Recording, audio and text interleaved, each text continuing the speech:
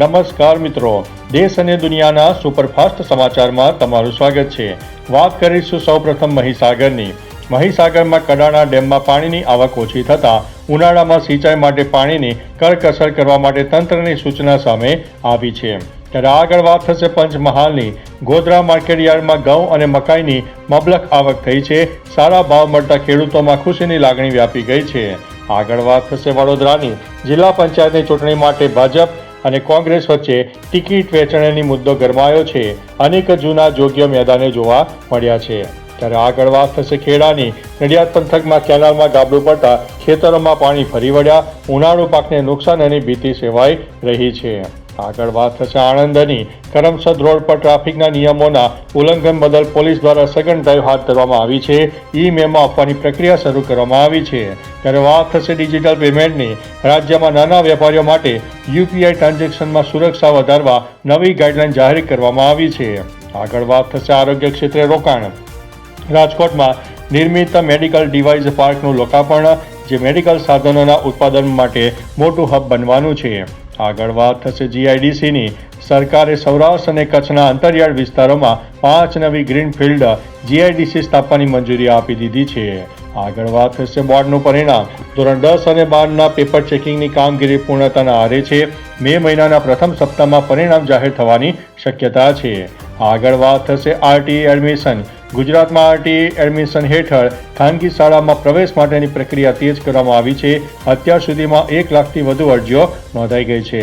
આગળ વાત કરીશું કપાસના ભાવની। માર્કેટયાર્ડમાં કપાસની આવક ઘટતા અને વૈશ્વિક માંગ વધતા ભાવમાં મણે 50 થી 70 રૂપિયાનો સુધારો જોવા મળ્યો છે। આગળ વાત થશે હીટવેવની ચેતવણી। હવામાન વિભાગે આગામી 48 કલાક માટે અમદાવાદમાં ઓરેન્જ એલર્ટ જારી કર્યું છે। તાપમાન 43 ડિગ્રીને પાર જવાની શક્યતા છે। આગળ વાત થશે ભૂકંપના આંચકા। અમરેલીના રાજુલા, જાફરાબાદ અને મહુવામાં મોડી રાત્રે 3.5ની તીવ્રતાનો ભૂકંપ અનુભવાયો છે। કેટલાક મકાનોમાં તિરાડો પડી હોવાના પણ અહેવાલ મળી રહ્યા છે। આગળ વાત થશે વડોદરાની। વડોદરા ભરૂચ સીમાંકન। વાવ થરાદ બાદ વડોદરા અને ભરૂચના કેટલાક ગામોના સીમાંકન વિવાદ પર હાઈકોર્ટમાં આજે સુનાવણી કરવામાં આવી શકે છે। ત્યારે આગળ વાત થશે આપ નેતા ભાજપમાં। આમ આદમી પાર્ટીના પૂર્વ નેતા રાજુ કરપડા આજે ગાંધીનગર કમલમ ખાતે કેસરીઓ ધારણ કરશે। આગળ વાત કરીશું આયારામ ગયારામ।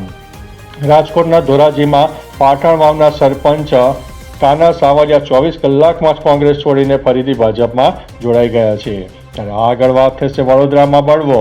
વડોદરામાં ટિકિટ ન મળતા કેટલાક જૂના કાર્યકરોમાં નારાજગી જોવા મળી રહી છે, જેને લઈને પક્ષ મોવડી મંડળ સક્રિય થઈ ગયું છે। આગળ વાત થશે ઈરાન અમેરિકા યુદ્ધ વિરામની। અમેરિકા અને ઈરાન 2 અઠવાડિયા માટે યુદ્ધ વિરામ કરવા માટે સંમત થઈ ગયું છે, જો કે લેબનોનમાં હજુ પણ તણાવ યથાવત છે। આગળ વાત થશે રાજકોટ હિટ એન્ડ રન કેસની। દેવું વધી જતા બુટલેગર બનેલા એક ડોક્ટરે પોલીસથી બચવા કાર ભગાવતા નિર્દોષ બાઇક સવારનું મોત નિપજાવ્યું છે। આગળ વાત થશે ગાંધીનગરમાં દારૂ ઝડપાયો છે। સેક્ટર નંબર 28 જીઆઈડીસીના એક ગોડાઉનમાંથી પોલીસે 37 લાખનો વિદેશી દારૂ અને 81 પેટીઓ જપ્ત કરી છે। ત્યારે આગળ વાત થશે હાઈકોર્ટનો મહત્વનો નિર્ણય। પંચાયત ચૂંટણી પહેલા વાવ થરાદમાં જિલ્લા પંચાયત સીમાંકન મામલે હાઈકોર્ટે વાંધા અરજી ફગાવી દીધી છે। આગળ વાત થશે વડોદરા એક્સિડન્ટની। ગોલ્ડન ચોકડી પાસે ટ્રક અને લક્ઝરી બસ વચ્ચે અકસ્માત સર્જાયો છે। 10 મુસાફરો ઈજાગ્રસ્ત થયાના સમાચાર સામે આવ્યા છે। આગળ વાત થશે હીટવેવની ચેતવણી। કચ્છ અને ઉત્તર ગુજરાતમાં યલો એલર્ટ જારી કરવામાં આવ્યું છે। બપોરે બિનજરૂરી બહાર ન નીકળવા માટે અપીલ કરવામાં આવી છે।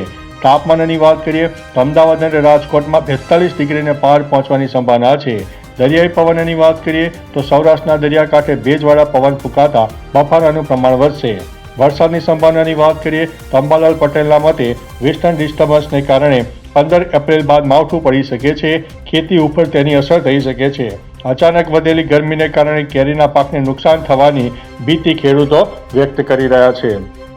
અન્ય મહત્વના સમાચારની વાત કરીએ તો માર્ગ અને મકાન વિભાગ ગ્રામીણ રસ્તાના રિપેરિંગ માટે બજેટમાં ₹29,709 કરોડ ફાળવીને સ્માર્ટ વિલેજ કનેક્ટિવિટી ઉપર ભાર મૂકવામાં આવ્યો છે। ત્યારે આગળ વાત થશે આરોગ્ય ક્ષેત્રની। આરોગ્ય અને પરિવાર કલ્યાણ માટે 25,403 કરોડની જોગવાઈ સાથે ગ્રામીણ સ્તરે વધુ 500 ક્લિનિક્સ ખુલ્લા મૂકવામાં આવશે।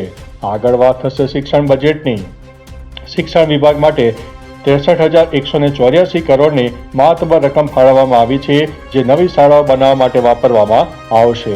મિત્રો, આગળ વાત થશે ખેડૂત આંદોલનની. જમીન સંપાદનના વળતર મુદ્દે દક્ષિણ ગુજરાતના ખેડૂતોએ ગાંધીનગર કૂચ કરવાની ચીમકી આપી છે. તો ચાલો મિત્રો, ફરીથી દેશ અને દુનિયાના સુપરફાસ્ટ સમાચાર લઈને મળતા રહીશો. ત્યાં સુધી અમને રજા આપશો. નમસ્તે.